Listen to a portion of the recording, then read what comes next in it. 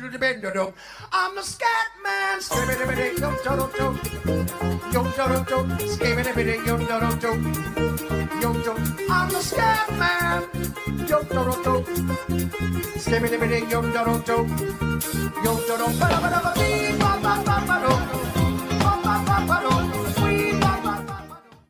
Oh, that song hits so much better after winning days. Welcome to Covers as Puck Props presented by Sports Interaction.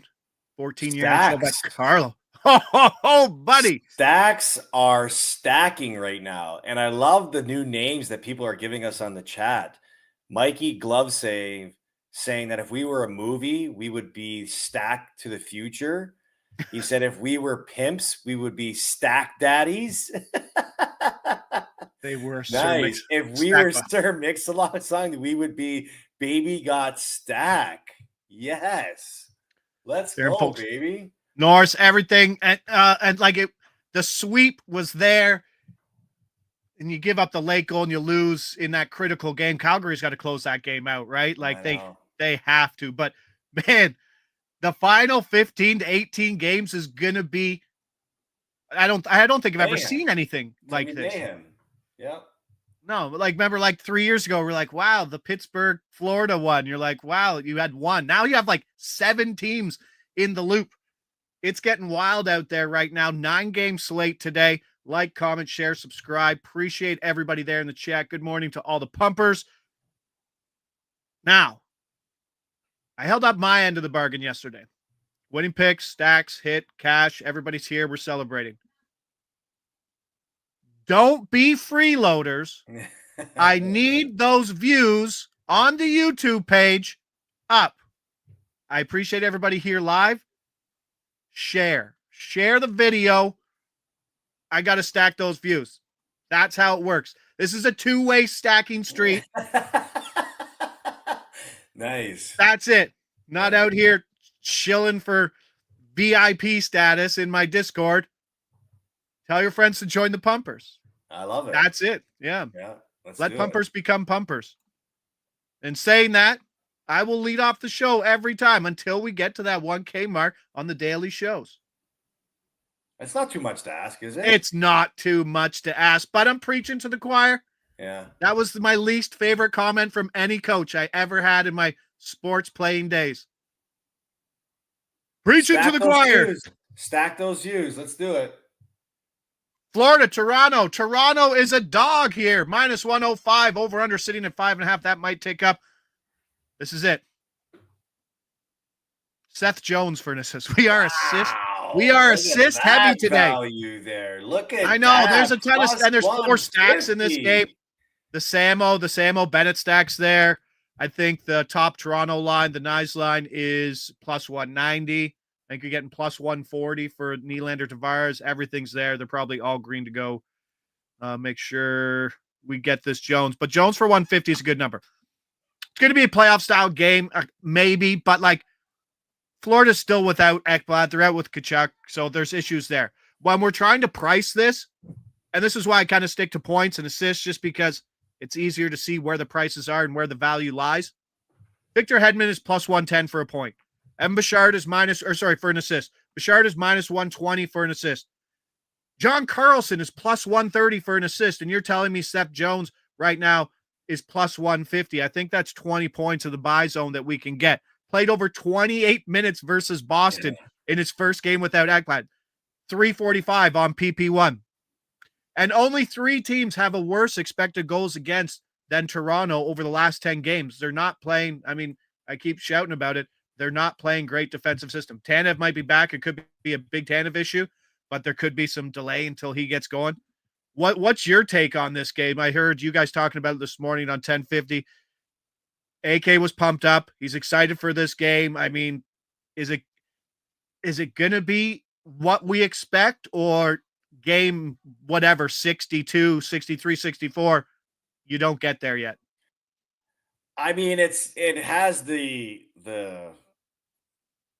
build up for it to be a great game. I mean, this is a game that is going to obviously impact who wins the division. I mean, these are 2 teams right now that are, I mean, Toronto's in a very favorable spot. I believe they're tied in the division and they have a game in hand on Florida. And if they're 2 points back of Florida and have a game in hand. So if they win this one, they still have that game in hand. So there's a lot going in their favor. And there's 2 more matchups against these 2 teams. So it's not just about winning this game. It's about setting a tone for what the next couple games could look like against or between these 2 teams. And I think it's been clearly stated by us and by many other people, the importance of winning this division so that any one of these 3 teams don't have to play each other in that first round playoff matchup. And then you get to face one of those teams that maybe just beat the crap out of each other for 7 games. Yeah. So it has all the feels. It has the hype of it being a great game, but it's a game in Toronto that could easily be such a letdown because there's questions about whether or not there'll be any atmosphere in the building because it'll be full, but what type of energy is the crowd creating? So I hope that it has all the playoff feels, the crowd's revved up because they haven't seen their team play at home in almost 3 weeks. That should get people excited, but I think the teams on the ice have to create that excitement for the fans, and based on what's on the line, I think you will. Not Utah, that's for sure. Right? That barn was bouncing on a Wednesday night. Sure was. I'm pushing for St. Louis and Utah to get in there in the West. That's my story. Vancouver and Calgary, but nice. Tampa Bay plus 500 for division. Big Tampa Bay game today. Like those 2 losses were bad, but I don't think you can hold that team down. The game versus Philadelphia will be very I think Philadelphia's kind of just mailed it in, honestly, by the way things are going. But Seth Jones for an assist there. I think all 4 stacks are playable in that game. I'll post them later as well. Vancouver, you idiot. VGK. My dumb brain just read Vancouver with VGK. Vegas at Columbus. Columbus is plus 145. So I know we got to get to the place, but I did a show for someone. His name was Adam Kaufman. And I was in the chat and I was calling him Kevin the whole time because my dumb brain works backwards like that. And he's like, my name's not Kevin. Like, you didn't. You had one of those moments. Yeah. I might be dyslexic. Funny. Yeah. Calling someone the wrong name is one of the funniest things, I think. Vegas, Columbus, plus 145, 6.5 total. We're going stack quick. Hurdle, Dorfea for a point each, plus 170. And we're going Noah Hannafin for an assist at plus 150. That is a giant number. All of these are giant numbers versus Columbus, who dead last. I think they're dead last in expected goals against since the break. Their home games are still track meets. They score 4 goals per game. They give up 3. They're in an absolute dogfight. And Vegas is coming off what? A couple of ugly losses. The Pittsburgh one was weird. So like they're primed to bounce back. That team's too good to be held back. The power play has not had many opportunities for Vegas, but they're 2 for 2 in their last few games. And Columbus takes the 4th most penalties. So maybe more power play time. Hannafin, 8 assists last 10 games. It's cashing 70% of the tickets. Now playing 23 minutes up from 21. So we're attacking the D market, the ass D market, eh? Yes. That's it. At plus 150s, yeah. Like that's those are the buy numbers, right? Like guys like Zach Jones doesn't have a market. Was looking for him. So here's the question to you. Washington, Spencer Carberry, minus 750 to win the Jack Adams as coach of the year. The Blue Jackets, 1 point up in the 8th spot with a game in hand. If they get into the playoffs, does Mean Dean Evason at plus 500 have a chance? Is that where it gets cute? I mean, I can't say no. I mean, right? It all depends on the voters and how they feel. I mean, Columbus has been an incredible story this year, considering. But that's it. Like that leads into it. No, like all kind the of plays adversity that this team has had to overcome with the tragic loss of the Goudreaus and all the injuries and coaching change. It's been crazy, man. The fact that they're here, it's a great story. Love to see it.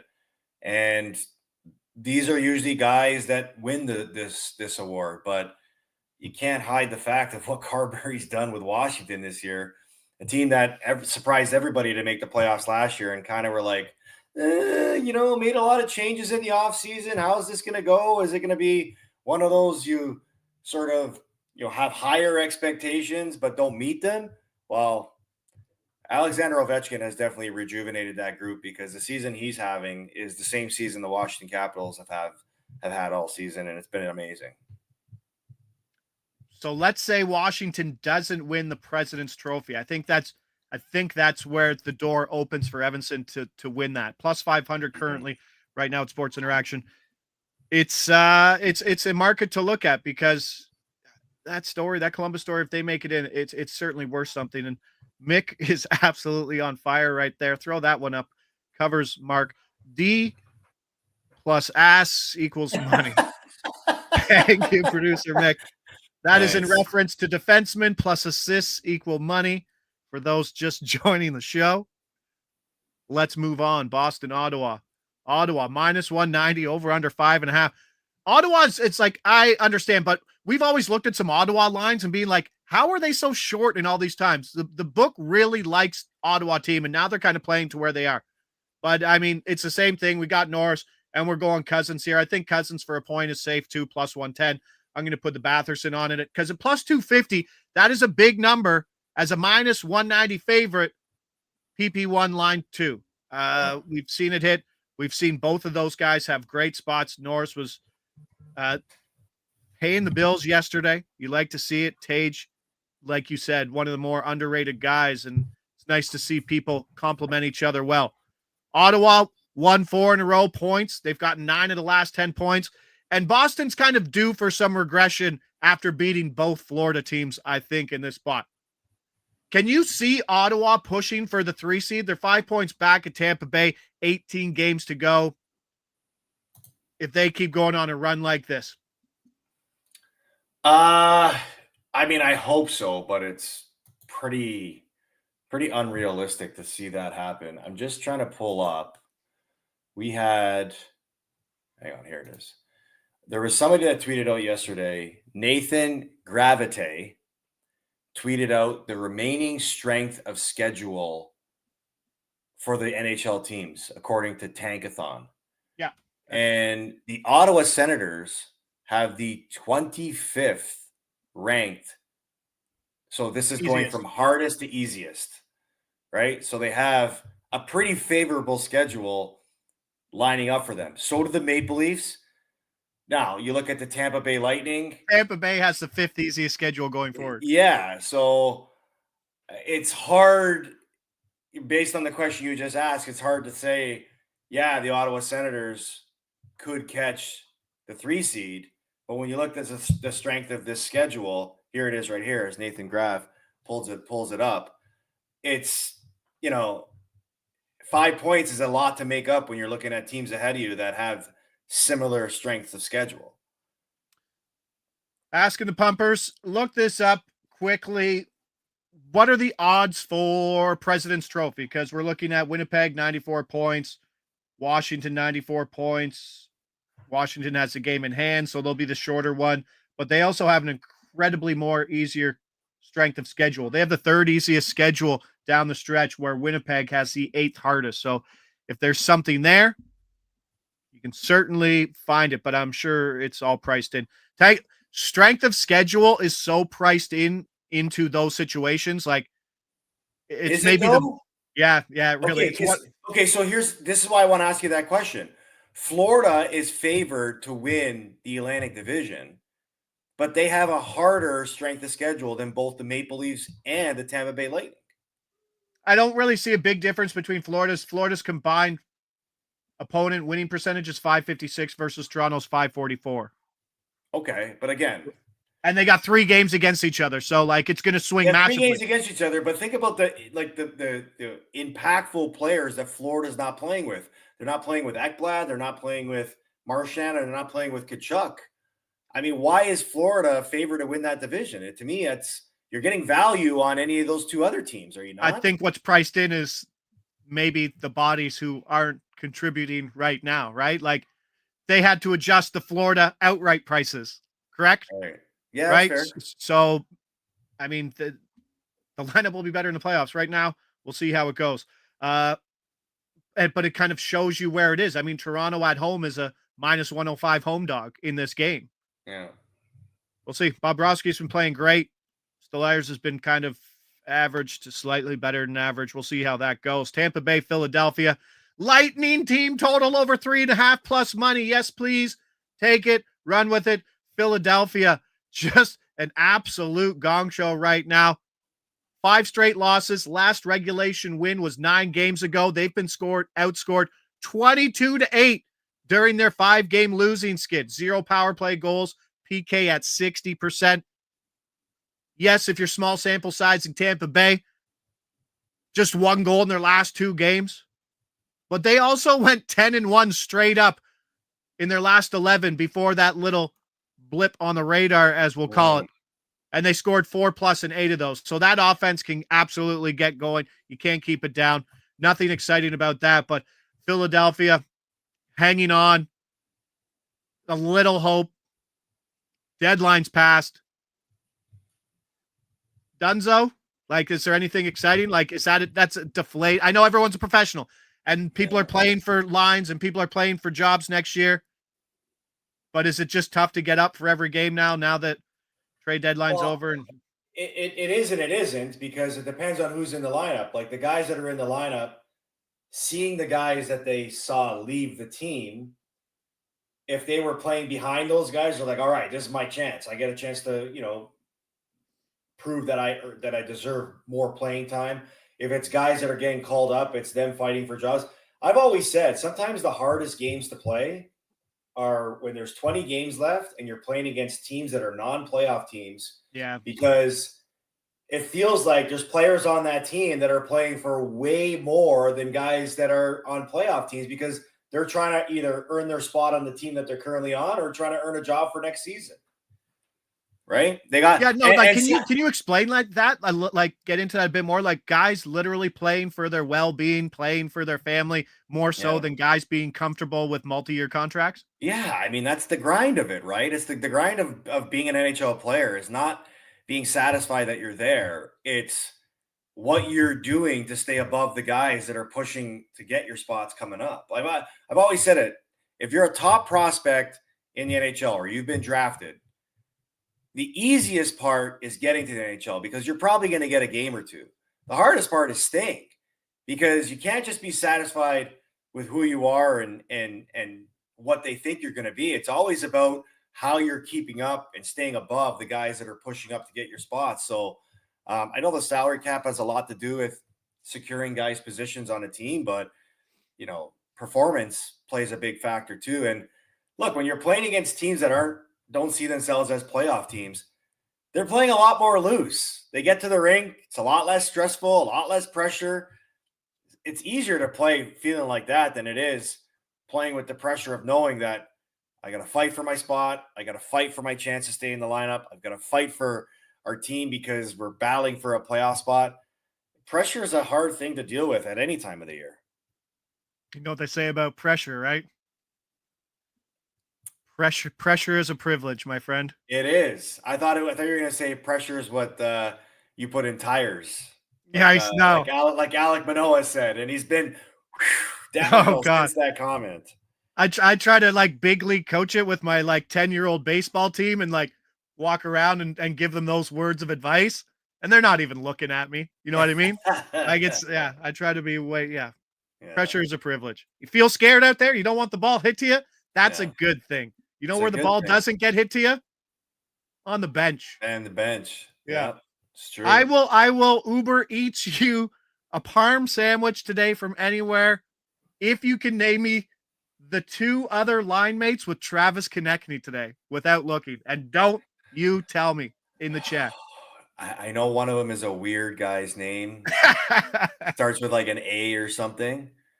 And no parm for you, bud. Here, I'm gonna look it up now, though. Yeah, now I'll order you 2 for 1 French fries from McDonald's if you can pronounce his winger's name. Hang on, give me a second. Philly. All right, who are we looking for? Travis Konechny. Oh, Oli Lixell and Ryan Poling. I'll have to double check the pronunciation of Oli. So the guy I was thinking about was Rodrigo A-Balls. Rodrigo A-balls. Oh, that's so funny. That's the guy I was thinking of because I remember watching the highlights the other night and he was on there. He scored actually. Oh, that last name is just, that is impressive. A-balls. Yes. I don't know if it's pronounced like that, but it is now. All right. We've learned a lot about Philly. We got to keep going. We got basketball coming up right after this, but not after. Have I got everything? I got to make sure because I really like this card. Make sure I didn't miss anything. We got Seth Jones, Hurdle Dorfeyev, Hanifin assist. I wrote Nanofin assist. I hate when I write my script and it's wrong and I read it out loud. Cousins, Batherson point each plus 250. Lightning team total over 3.5. And the absolute bomber.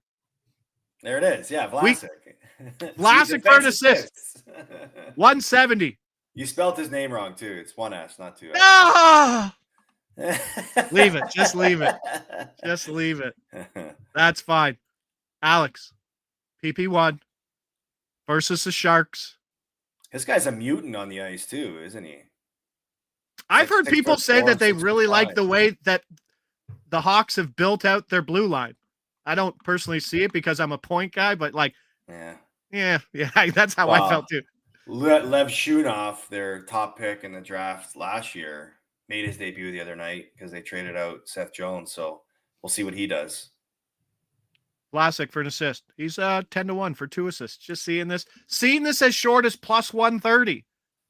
This goes exactly into the ranks of what we did with the Hanifin play, what we did with the Jones play. PP1 now without Jones, not shooting, has 5 shots on goal in his last 6 games. So the big difference going to point or going assist, we're going assist. San Jose PK, check out these numbers. It's been so bad. 65% since the break. That's the good news.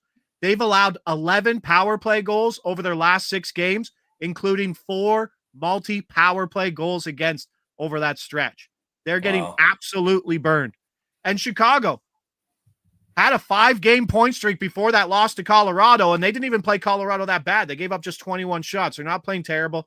It might not be a Spencer Knight start because he played and they're kind of flip-flopping, so it could be Soderblom.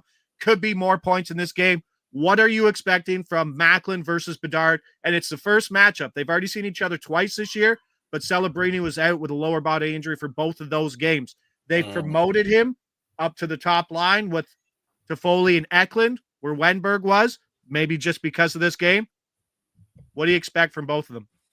I mean, look, these are 2 young players that still have a lot to prove in the NHL. Bedard's having, in his standards, an off year. Celebrini's having, a breakout rookie season. I just think that I don't know if these players focus on each other that much. I think they're just focused on, I read Nick Foligno's comment the other day in Chicago saying that post trade deadline, it feels like things are starting to click now because they got rid of some issues on that team. And I'm just curious.